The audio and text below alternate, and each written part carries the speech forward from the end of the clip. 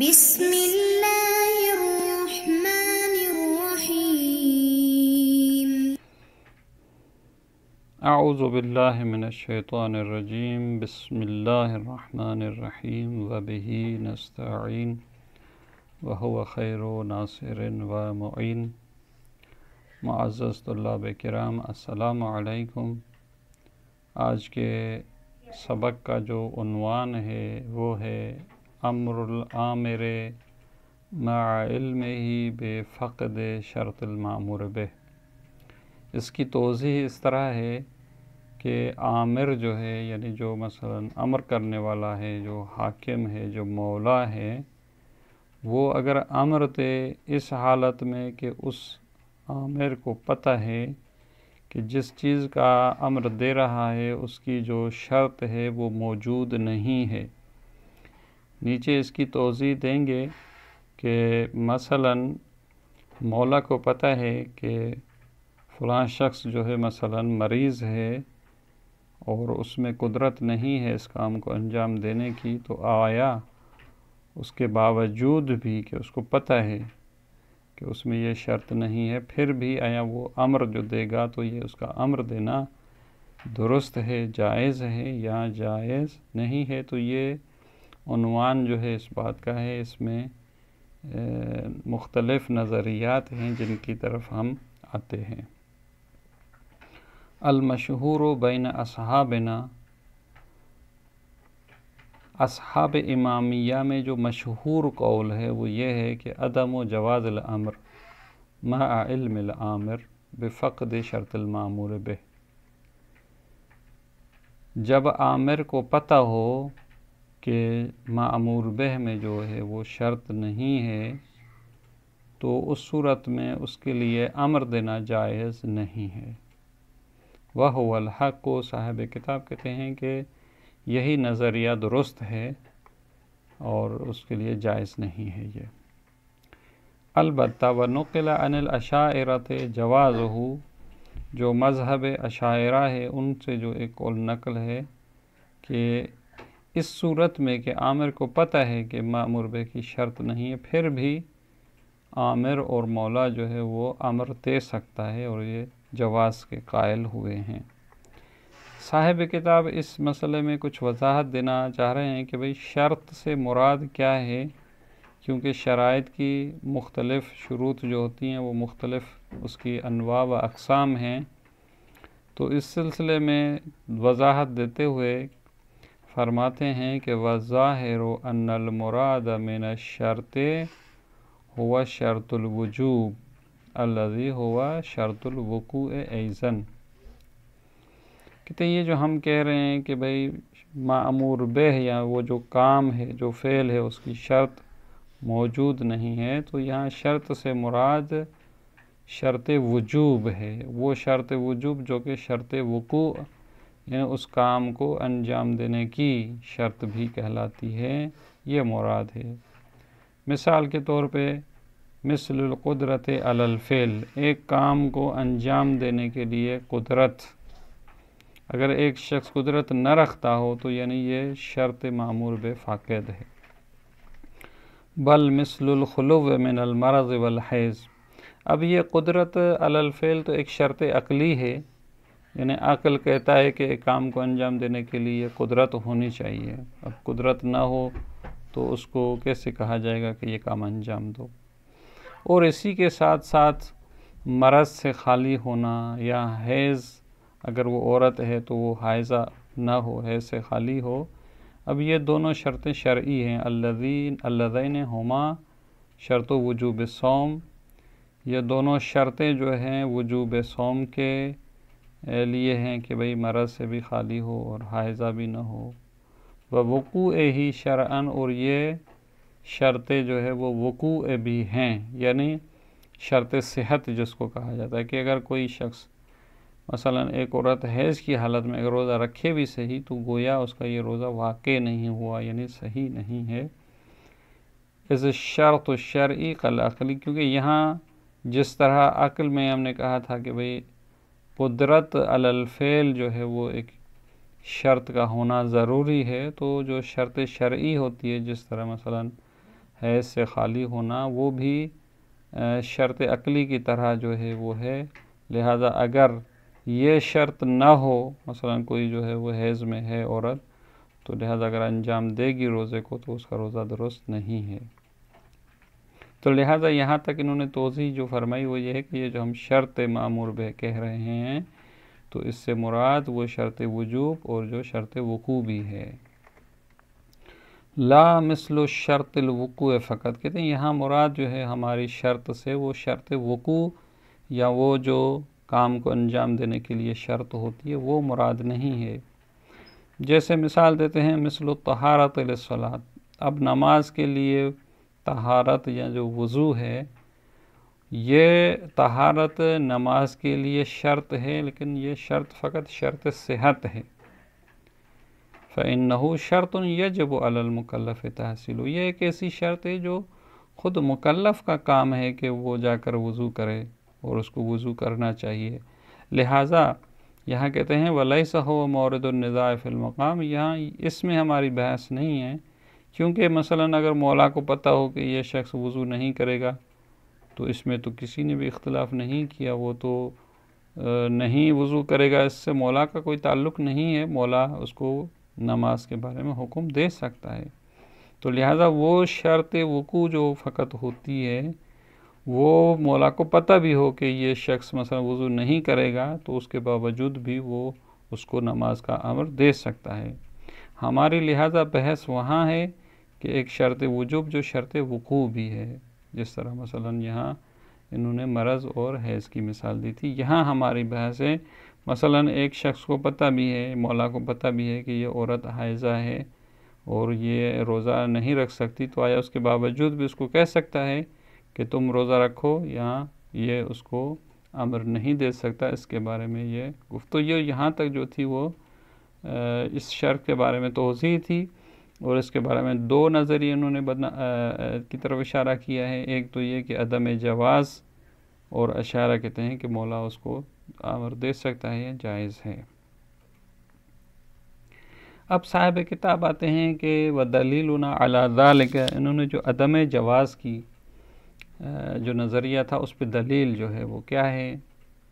اس کی دلیل یہ ہے کہ أَنَّهُ إِذَا انتفى شرط الوجوب والوقوع وعلم الآمر بانتفاعه كما هو المفروض كيف يوجبه لأنه يكون تکلیفاً بما لا يطاق. کہتے ہیں اس کی دلیل یہ ہے کہ یہ جب شرط وجوب اور جو وہی شرط وقوع ہے جب وہ نہ ہو اور عامر کو بھی پتہ ہے کہ یہ شرط نہیں ہے،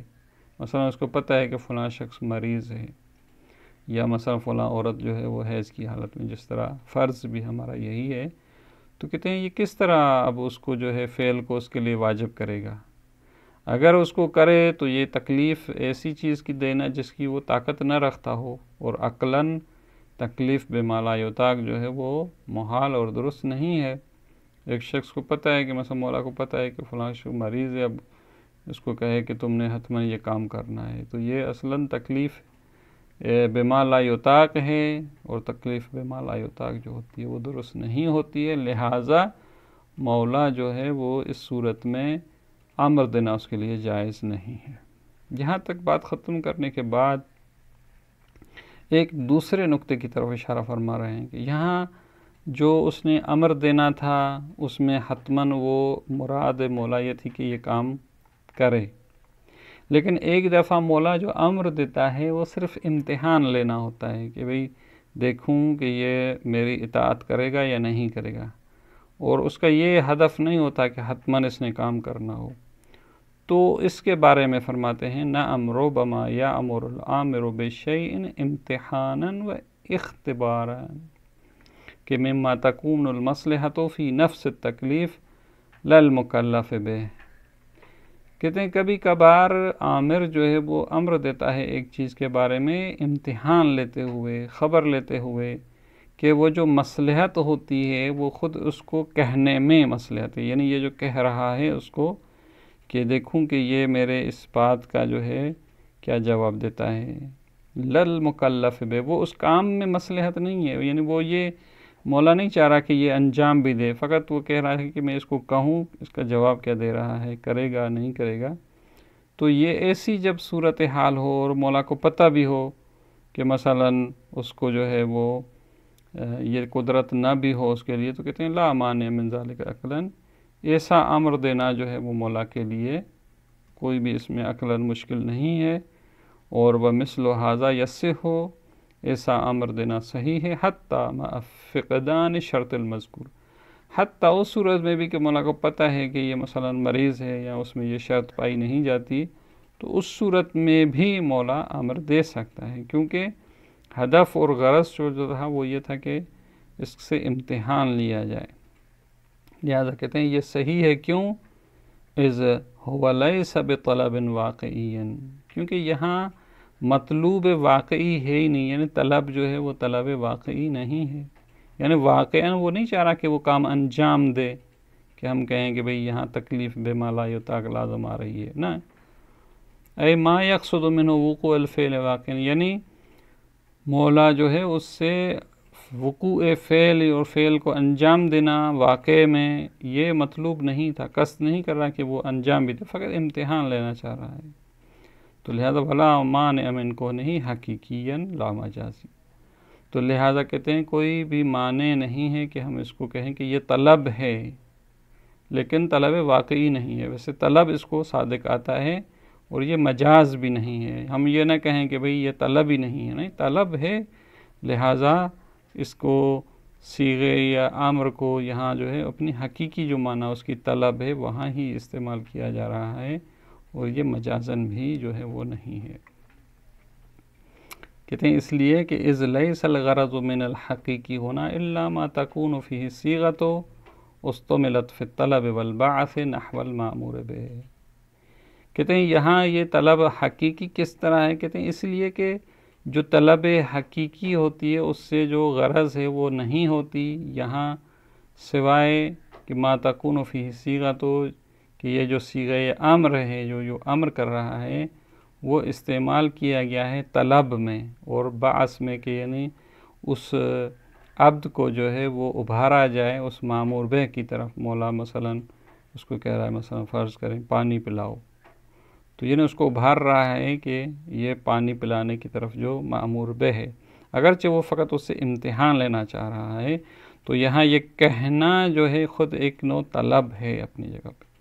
فقد استعملت فی ذالک، اور یہ صیغہ جو ہے اسی طلب کی معنی میں ہے، پانی پلاؤ مثلاً، یا مثلاً صلی نماز پڑھو، تو لہذا طلب ہے، لہذا جب طلب ہے تو یہ اپنی حقیقی معنی میں یہاں استعمال ہو رہا ہے، گرچہ صرف یہاں کہنا جو ہے وہ صرف امتحان کی صورت میں ہے، تو لہٰذا یہاں اپنی جگہ پر یہ طلب جو ہے وہ اپنی حقیقی معنی میں صیغہ امر استعمال ہوا ہے۔ اب اس کے بعد اس بات کی طرف اشارہ فرماتے ہیں کہ نعم الداعی لہذا البعث هو امتحان المکلف و اختبارہ، صرف فرق یہ ہے کہ یہ جو مولا اس کو کہہ رہا ہے، بعث جو کہہ رہا ہے، جو امر دے رہا ہے، اس میں جو اس کا انگیزہ اور جو ہدف ہے وہ یہ نہیں ہے کہ حتماً وہ کام انجام دے، بلکہ مکلف کا امتحان لینا ہے۔ یعنی فرق صرف یہ ہے کہ ایک دفعہ مولا صلی جب کہتا ہے تو اس کا ہدف بھی یہ ہوتا ہے کہ وہ واقع میں نماز بھی پڑھے، یا مثلا کہا جاتا ہے مجھے پانی پلاؤ تو اس کا ہدف بھی یہ ہوتا ہے کہ پانی پلایا جائے، لیکن ایک دفعہ جو ہے یہاں پر جو ہے یہ بعث کرنے کا اور ابھارنے کا جو انگیزہ ہے وہ یہ کہ دیکھیں مکلف کیا کرتا ہے، جواب دیتا ہے، یعنی اس کا امتحان لینا ہے، اس کا اختبار لینا ہے کہ ایقدم ام یحجم، یعنی وہ اقدام کرتا ہے اس کی طرف یا وہ اقدام نہیں کرتا ہے۔ وَلَيْسَ الدَّاعِي لَهُ هُوَ الْإِتْيَانُ بِالْمَأْمُورِ بِهِ خَارِجًا، اور یہاں پر انگیزہ نہیں ہے اس بعث کے لیے کہ وہ حتماً اس مأمور بہ کو خارج میں اور واقع میں انجام بھی دے، یعنی انجام دینا اس کا ہدف نہیں ہے، یہاں پر فقط امتحان اور اختبار لینا ہے کہ وہ اقدام کرتا ہے یا مثلا رک جاتا ہے۔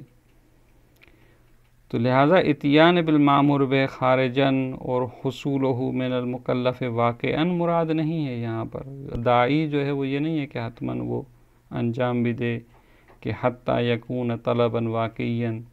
کیونکہ جہاں مکلف سے واقعاً حاصل ہونا مطلوب ہوتا ہے تو اس صورت میں طلب جو ہوتی ہے وہ طلب واقعی ہوتی ہے. تو لہٰذا یہاں پر جو ہماری بحث امتحان مکلف کی ہے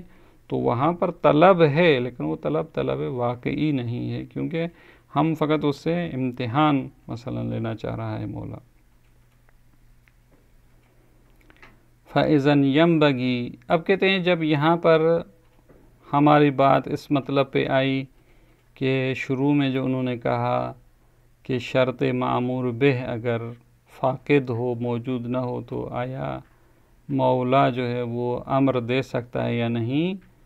تو صاحب کتاب کہتے ہیں کہ اس عنوان میں تھوڑا سا ہمیں اضافہ کرنا چاہیے